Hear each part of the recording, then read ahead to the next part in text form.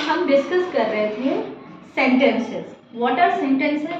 Sentences are subject plus verb plus object. अब verb जो है आपकी कुछ भी हो सकती है, हेल्पिंग वर्ब्स भी हो सकती हैं और मेन वर्ब्स भी. तो यू नो वेरी वेल कि मेन वर्ब का कोई स्पेसिफिक रूल नहीं है कि हम किसके साथ कौन सी वर्ब लगाएंगे. मेन वर्ब सबके साथ लग जाती है, लेकिन जो आपकी एक्शन वर्ड्स हैं, जो आपकी हेल्पिंग वर्ब्स हैं, उनके रूल हैं, वो सबके साथ नहीं लगती. जैसे अगर आपका, अब वो किसके अकॉर्डिंग चेंज होगी? According to the subject.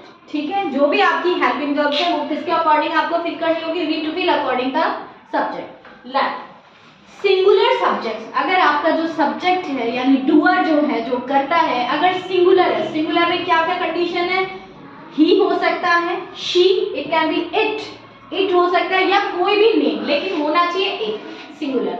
तो उन सब के साथ कौन सी हेल्पिंग वर्ब्स आपकी लगती हैं? डज लगती हैं सिंपल इंडेफिनिट में. ठीक है, इज लगता है कंटिन्यूअस में भी, और सिंपल प्रेजेंट में भी इज लग सकता है, हैज लग सकता है, हैड लग सकता है, विल, वॉज और डिड. ये सारी चीजें किनके साथ लगती हैं? जबकि आपका जो सब्जेक्ट है वो सिंगुलर, अलग अलग टेंस के according you need to fill.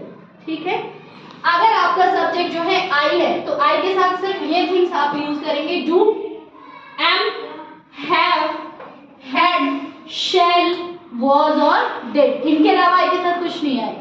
ठीक है, अगर आपका जो सब्जेक्ट है वो प्लूरल है, प्लूरल सब्जेक्ट्स कौन से हो सकते हैं? जैसे you, we, they, students, girls, teachers, pens, erasers, pencils, कोई भी सब्जेक्ट हो सकता है, लेकिन वो होना चाहिए प्लूरल, मोर देन वन. ठीक है, तो उनके साथ में आप क्या यूज करेंगे? Do, are, have, had, will, were, did. यहाँ पे एक्सेप्शनल है, वी के साथ शैल आता है. ठीक है, आई और वी दोनों के साथ में क्या यूज करते हैं हम? शैल. बाकी सबके साथ विल. समझ गए? तो आप इन हेल्पिंग वर्ब्स को लर्न कर रहे हैं कि किन सब्जेक्ट्स के साथ में कौन सी वाली हेल्पिंग वर्ब आप यूज करेंगे. ठीक है, तो टेंस आपके लिए फिर इजी हो जाएगा. उसको फॉर्म को, टेंस बेसिकली है क्या? टेंस में देखिए सब्जेक्ट नहीं बदलता, कोई भी टेंस हो, सब्जेक्ट नहीं बदलता, ऑब्जेक्ट नहीं बदलता, सिर्फ बदलती क्या है? वर्ब बदलती है. तो वर्ब अगर आप ये लर्न कर लेंगे आपके लिए इजी हो जाएगा. ठीक है, दैट्स इट.